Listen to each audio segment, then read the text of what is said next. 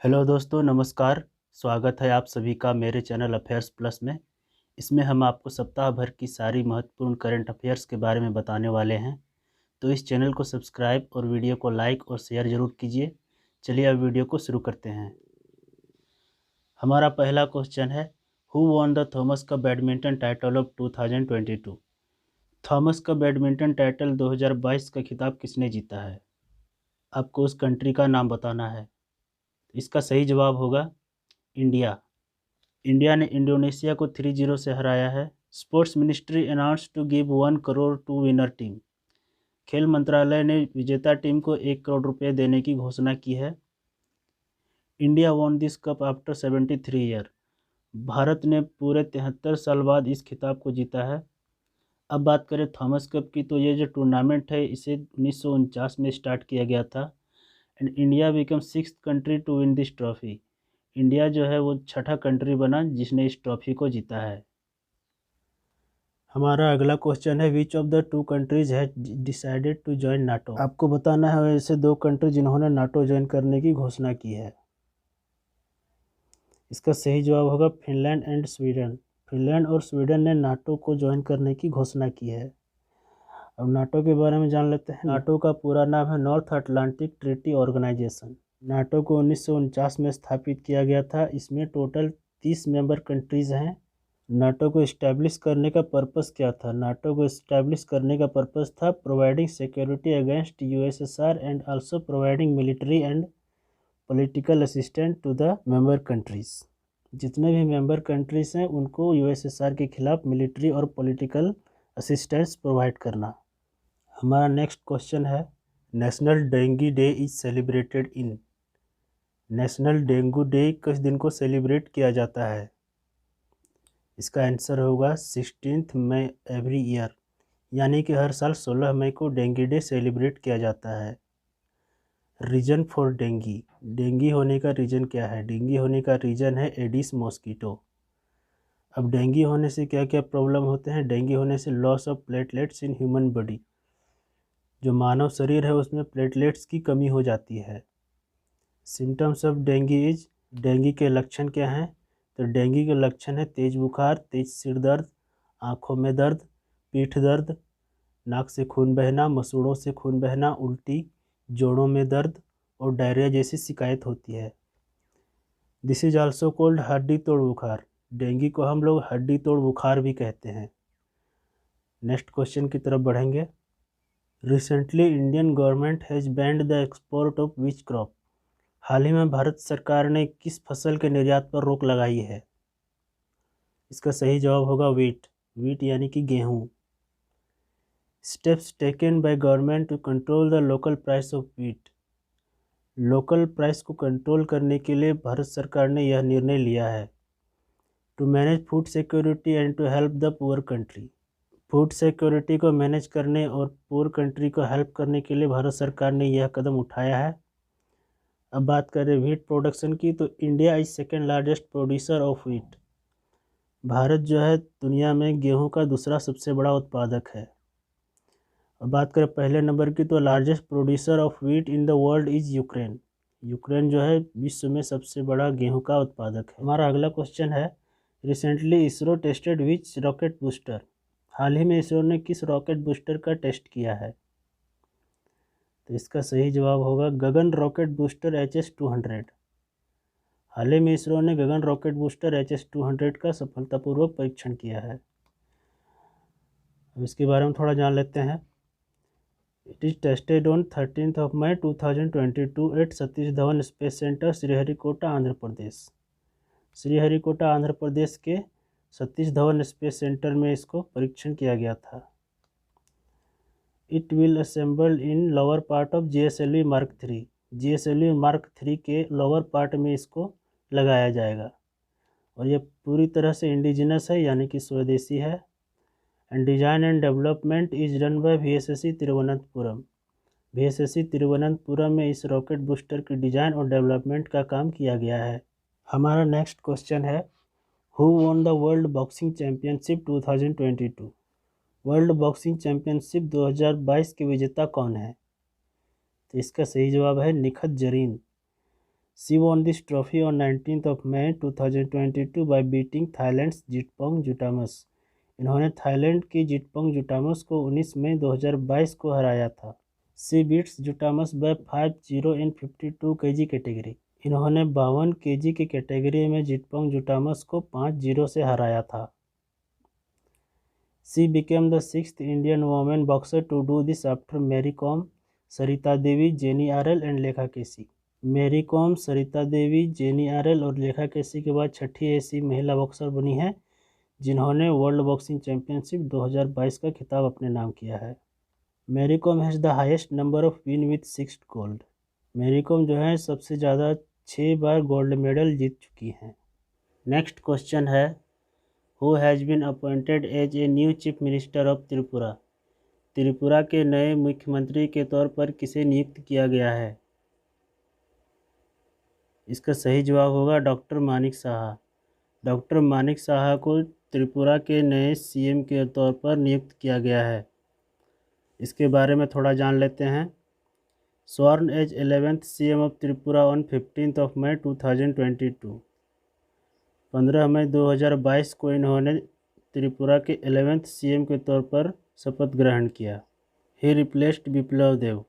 इन्होंने बिप्लब देव को रिप्लेस किया है। ही is the professor of dental surgery, और ये डेंटल सर्जरी के प्रोफेसर भी हैं। He joined BJP in 2016। इन्होंने 2016 में बीजेपी को ज्वाइन किया। अब त्रिपुरा के बारे में थोड़ा जान लेते हैं। त्रिपुरा के जो गवर्नर हैं उनका नाम है सत्यदेव नारायण सिंह आर्या। अब कैपिटल ऑफ त्रिपुरा अगरतला है। बढ़ते हैं नेक्स्ट क्वेश्चन की ओर। Recently which famous Australian cricket player died. हाल ही में ऑस्ट्रेलिया के किस प्रसिद्ध क्रिकेट खिलाड़ी की मृत्यु हो गई है? इसका सही जवाब होगा एंड्रयू साइमंड्स। अब हम नेक्स्ट क्वेश्चन की तरफ बढ़ेंगे। हमारा नेक्स्ट क्वेश्चन है, who is building world's largest RE storage plant. दुनिया का सबसे बड़ा RE स्टोरेज प्लांट कौन बना रहा है? यहाँ RE का मतलब होगा रिन्यूएबल एनर्जी।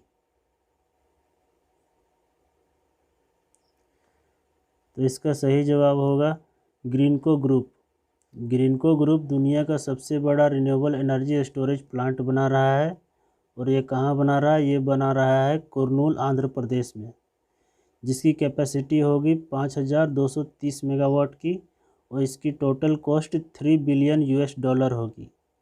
ये जो स्टोरेज प्लांट है इसमें 3000 मेगावाट सोलर की होगी, जबकि 550 मेगावाट विंड पावर स्टोरेज होगी, और 1680 मेगावाट पंप स्टोरेज कैपेसिटी होगी जो 6 घंटे के लिए होगी। बढ़ते हैं नेक्स्ट क्वेश्चन की तरफ। Recently PM Narendra Modi visited to which country. हाल ही में प्रधानमंत्री नरेंद्र मोदी ने किस देश की यात्रा की थी? इसका सही जवाब होगा नेपाल। प्रधानमंत्री नरेंद्र मोदी ने हाल ही में नेपाल की यात्रा की थी। इन्होंने लुम्बिनी को विजिट किया था on invitation of Sher Bahadur Deuba, PM of Nepal. Nepal के जो प्रधानमंत्री हैं शेर बहादुर देवबा, उनके निमंत्रण पर वो नेपाल गए थे। Offered prayer to Mahamaya temple on the occasion of Buddha Purnima. Buddha Purnima के ओकेजन पर इन्होंने महामाया टेम्पल में प्रार्थना की। And attended a programme called Shilanyas. इन्होंने शिलान्यास नामक एक प्रोग्राम है उनको अटेंड किया था। हमारा नेक्स्ट क्वेश्चन है, what is the name of new tiger reserve. Bharat में जो नया टाइगर रिजर्व बना है उसका नाम क्या है? इसका सही जवाब होगा the Ramgarh Vishdhari sanctuary, situated in Rajasthan. यह राजस्थान में स्थित है। On 26 May 2022 it became India's 52nd tiger reserve. 26 मई 2022 को ये भारत का 52वां टाइगर रिजर्व बना। And 4th in Rajasthan after Ranthambore, Sariska and Mukundra. Ranthambore, Sariska और मुकुंदरा के बाद ये राजस्थान का चौथा टाइगर रिजर्व बना। अब बात करें टाइगर्स की, तो there are 2967 tigers in 20 state across the country. पूरे भारत के 20 स्टेट में लगभग 2967 टाइगर उपलब्ध हैं। अगला क्वेश्चन देखेंगे। Defence minister Rajnath Singh launched ए नेवी डिस्ट्रॉयर वॉरशिप कॉल्ड। आपको उस नेवी डिस्ट्रॉयर वॉरशिप का नाम बताना है जिसे डिफेंस मिनिस्टर राजनाथ सिंह ने लॉन्च किया है। इसका सही जवाब होगा INS Surat. Defence minister Rajnath Singh ने INS सूरत को लॉन्च किया है। He also launched a frigate named INS Udayagiri.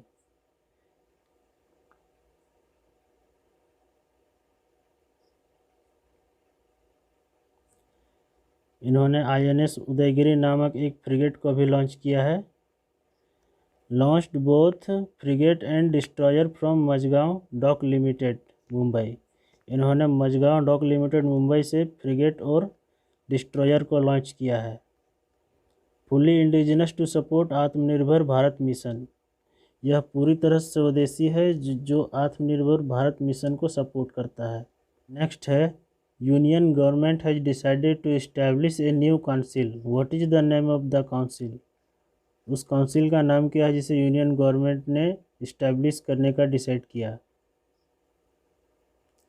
इसका सही जवाब होगा कॉटन काउंसिल ऑफ इंडिया।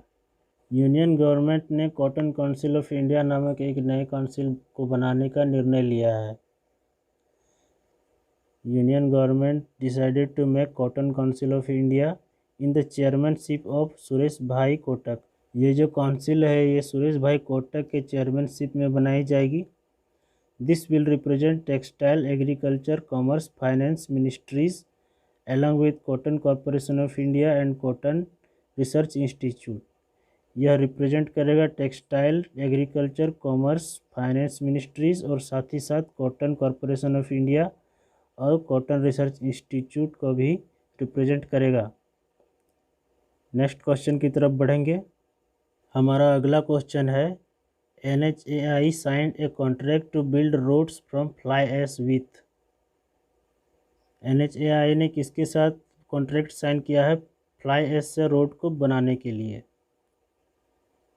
आपको उस कंपनी का नाम बताना है। तो इसका सही जवाब होगा Vedanta aluminium.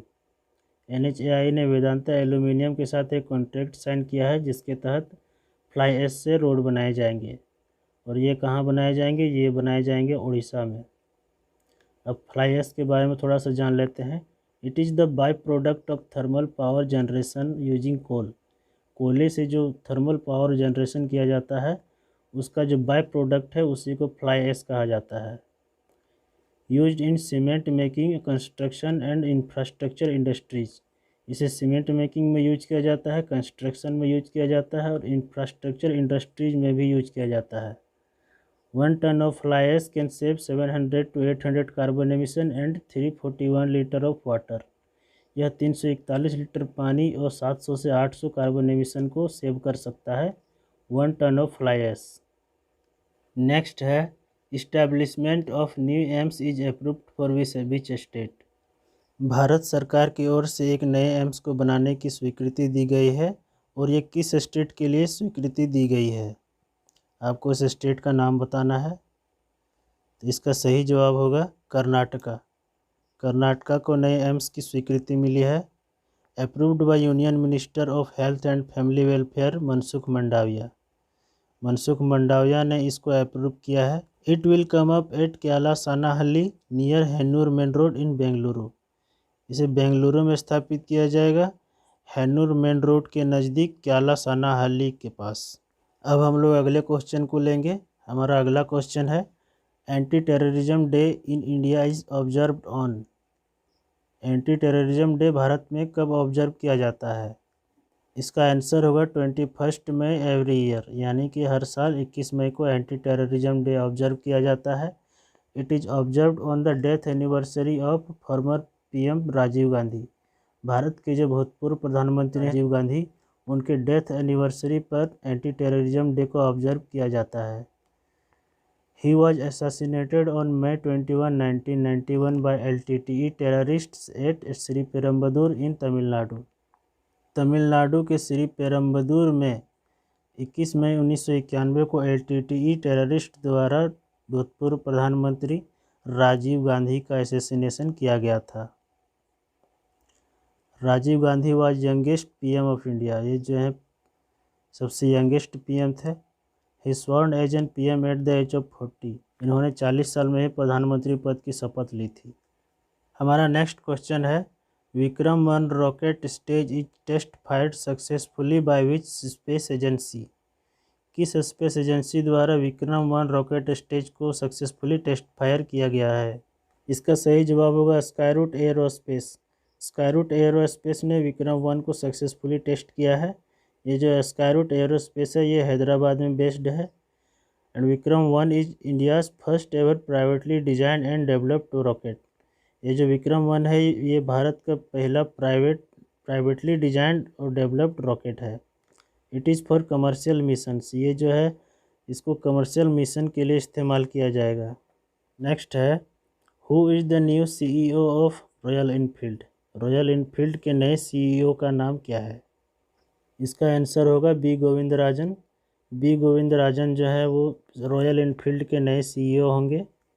B Govindarajan will be the CEO of Royal Enfield's motorcycle brand, और ये मोटरसाइकिल ब्रांड के CEO होंगे। B Govindarajan will also serve a whole time director on the board of Eicher Motor Limited. या आइसर मोटर लिमिटेड के whole time director भी रहेंगे। Eicher Motor Limited is a parent company of Royal Enfield. ये जो Eicher Motor Limited है ये Royal Enfield की parent company है। नेक्स्ट है, India overtakes which country to become 4th largest vehicle market? Bharat जो है वो किस देश को पीछे छोड़कर दुनिया का चौथा सबसे बड़ा व्हीकल मार्केट बन गया है? इसका सही जवाब होगा जर्मनी। भारत जर्मनी को पीछे छोड़कर दुनिया का चौथा सबसे बड़ा व्हीकल मार्केट बन गया है। This report is published by OICA। ये जो रिपोर्ट है इसको OICA ने पब्लिश किया है। और OICA के मुताबिक first place is occupied by China. पहले नंबर पे चाइना है, सेकंड बाय US, दूसरे पे US है, थर्ड बाय जापान, तीसरे पे जापान है, एंड फोर्थ बाय इंडिया, चौथे पे भारत है। India will replace Japan by 2025, यानी कि भारत तीसरे स्थान पर आ जाएगा 2025 में। अब OICA को जान लेते हैं। OICA का फुल नेम है ऑर्गेनाइजेशन इंटरनेशनल डेस कंस्ट्रक्चर्स डी ऑटोमोबाइल्स, और OICA का हेडक्वार्टर है वो पेरिस, फ्रांस में है। हमारा आखिरी क्वेश्चन है, Bangladeshi cricket player who became the first Bangladeshi batter to score 5000 run? वो कौन से बांग्लादेशी क्रिकेट प्लेयर हैं जिन्होंने बांग्लादेश के लिए सबसे पहले 5000 रन बनाए हैं? इसका सही जवाब है मुशफिकुर रहीम। मुशफिकुर रहीम ने बांग्लादेश के लिए सबसे पहले 5000 रन बनाए हैं, और ये इन्होंने टेस्ट मैच में बनाए हैं। He is the 99th player to achieve this goal. इस गोल को हासिल करने वाले ये दुनिया के 99th प्लेयर बन गए हैं। दोस्तों, इसी के साथ साप्ताहिक करंट अफेयर्स का ये एपिसोड यहीं समाप्त होता है। वीडियो को लाइक, शेयर और कमेंट करके ही जाइएगा। दोस्तों, इस प्लेटफॉर्म पर यह मेरी शुरुआत है, इसीलिए मैं आपके सपोर्ट और सजेशन की उम्मीद करता हूँ। मैं ऐसे ही वीकली करंट अफेयर्स की वीडियो लाता रहूँगा, इसलिए इस वीडियो को लाइक शेयर ज़रूर करें। Please keep supporting. Thank you.